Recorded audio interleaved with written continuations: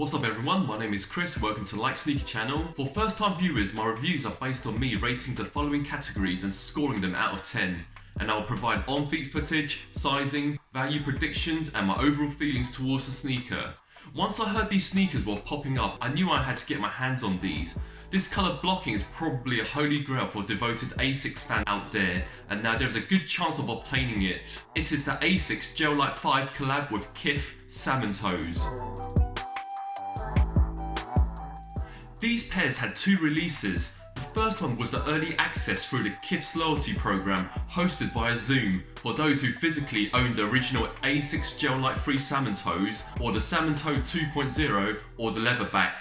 The general release was through Kith's official website on 26th of November 2021 for a recommended retail price of £155, which is equivalent to $165 US. To celebrate the 10th year anniversary opening of the first Kith stores in Manhattan and Brooklyn, the founder, Ronnie Fieg, has brought back two iconic colorways that was introduced a decade earlier with the opening of his stores with the Asics Gel-Lyte V sneaker, Salmon Toe and leatherback. For this celebration pair, Ronnie Fieg had used the iconic color blocking and applied it on the Gel-Lyte V silhouette. Failing to purchase my pair from Kith's European website as it was sold out literally in seconds, I had to bite the bullet and purchase my pair from a secondary market over the retail price. This is more about nostalgia rather than concept. Like I mentioned, this colour blocking was launched 10 years ago, and of all the collaborative relationships in the sneaker world, Kith's ongoing relationship with Asics is perhaps one of the most renowned. Ronnie Fieg's initial Gel-Lyte V collabs were instrumental in propelling his own brand to the sneaker world, and they are extremely hard to get as they are limited. The original Salmon Toes were well received, prompting more collaborations between both brands. With their reappearance happening in the form of the Asics Gel-Lyte V, Asics and Kith enthusiasts will now have an opportunity to obtain a pair reminiscent of both Ronnie Fieg's past and future work. It was quite pioneering for that period for any sneaker brand to put a salmon colour toe cap, and it clearly worked. It is one of Ronnie Fieg's best early colourways, lasting a test of time and translating naturally to Gel-Lyte V. For nostalgia, I'm going to give this a 10. Extremely happy it comes in a custom box that represents the iconic stripes and the Salmon Toe colorway. The label reads product code 1201A542-700. The colorway is salmon/white, UK size 10.5, US 11.5, Euro 46 and 29 centimeters, and this was made in Vietnam. In this collaboration, the default laces are in navy blue, and they're provided 4 additional laces, which are salmon, grey, white, and a mixture of salmon and navy blue in tugged rope style. This also comes in a customized Kith dust bag, and as well as a Salmon Toe sneaker pin, which is a nice touch. In terms of packaging and accessories, I'm delighted with it, and this is what a collaboration should be all about, and it had exceeded my expectations. Again, this deserves a perfect 10. This marks the first time Ronnie Fieg returns to the Gel-Lyte V silhouette since 2015. It features a navy and pink colour scheme with a pigskin suede upper and a perforated toe box in the salmon colour. There is a total of 7 eyelets on each side, with the flat tonal navy blue as defaulted laces, which are laced across the neoprene tongue, while mismatched Asics and Fieg branding is embroidered between the left and right pair. On both lateral and medial side panels, it features the Asics white synthetic leather stripes with the salmon colour outline. The Gel-Lyte V logo branding is embossed specifically on the lateral side.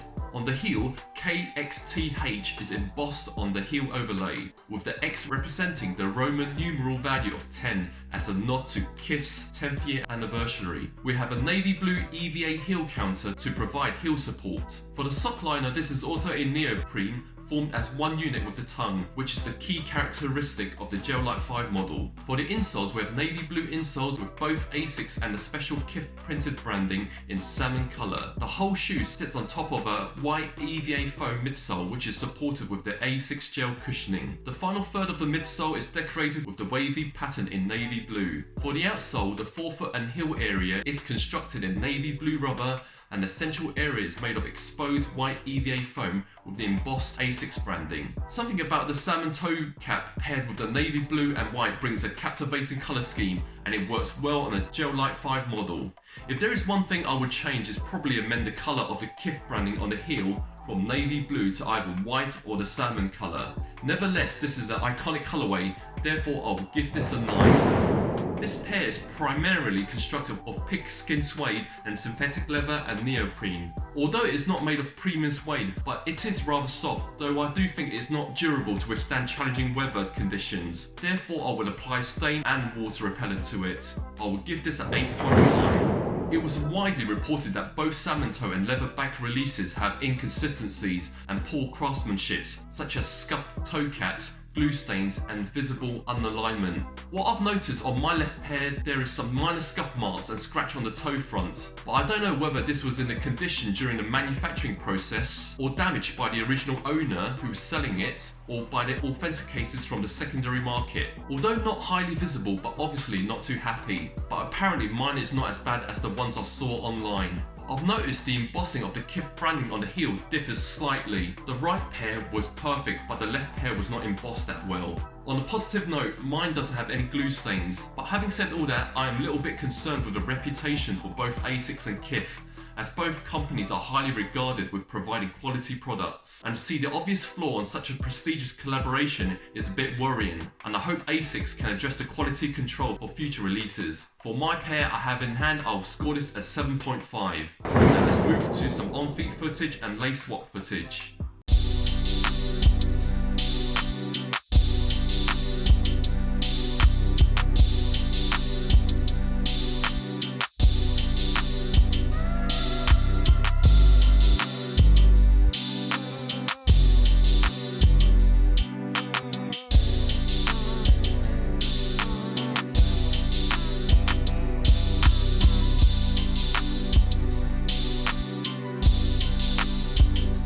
With regards to sizing, I understand everyone's foot and shape is unique. What I have done is I've measured my foot physically and I've provided you a simple guide on how I've measured my foot and my measurements. And you can pause and view this guide in your own time.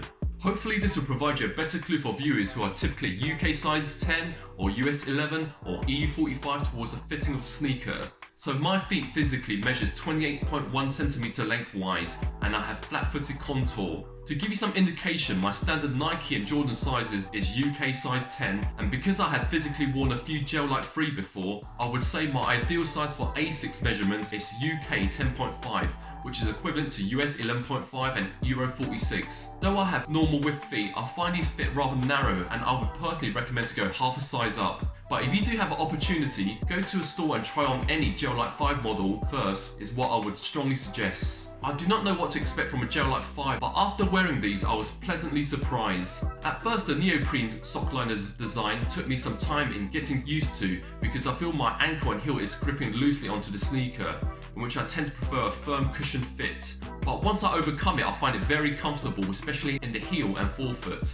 It is quite springy and I've tested it out with vigorous jumping movements. It didn't strain my knee joints and forefoot area, and I can feel the gel cushioning absorption technology does minimise the shock and landing impact. I would say most people will have no issues with wearing it for long durations or weekend trips. I'll score this a 9.4. This is geared towards a lifestyle sneaker. In terms of practicality, it's very comfortable, but there are some limitations. Firstly, it's the toe box, which is the feature of the shoe. I have to be particularly careful with it, as it is made of suede and it is not that robust. The toe cap can easily scuff, and the longer you wear these, the creasing is going to be visible, and it makes me conscious of it when I'm wearing these outside. This colour blocking tends to go well with most outfit, either with joggers, jeans or shorts, and it exuberates style. I'll score this as 7.5. To give us some perspective, the value of the original Gel-Lyte V Salmon Toe released in 2011, depending on size, is valued between £900 to £2,200 for a dead stock pair, which makes this Gel-Lyte V highly anticipated. As expected, these were sold out almost immediately when they were released, and not surprisingly, the value was looking healthy, selling around £270. However, this trend was short-lived. From the beginning of 2022, the value started to dip dramatically to around £170. It is quite tricky to predict the value of these Salmon Toes. This colour blocking has been super limited for the past decade, and the Gel-Lyte V is not as popular as before, but for the short term I can see the value will fluctuate between £200 to £240, and might go up steadily to £300 in 2 years' time. Please note these are purely based on my personal predictions. The reintroduction of the Salmon Toe on the Gel-Lyte V measures an interesting moment in the Asics scene, and it is pleasing for both Asics and Kith collectors will now have a chance to grab a pair of the close alternative of a Holy Grail, and the Salmon Toe should no doubt be in every Asics sneakerhead's collection. Even for general sneakerheads, it's hard to say why the colorway just hits so well, why it's more than mere nostalgia.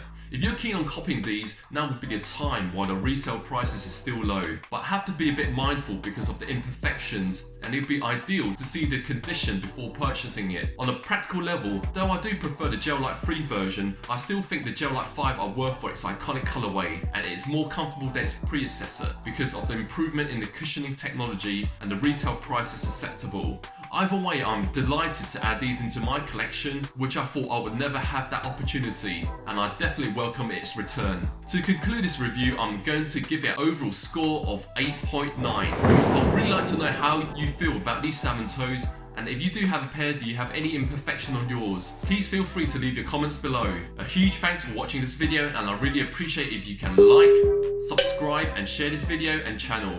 As always, I will bring you more interesting sneakers for reviewing. Salmon Toe Kithing out.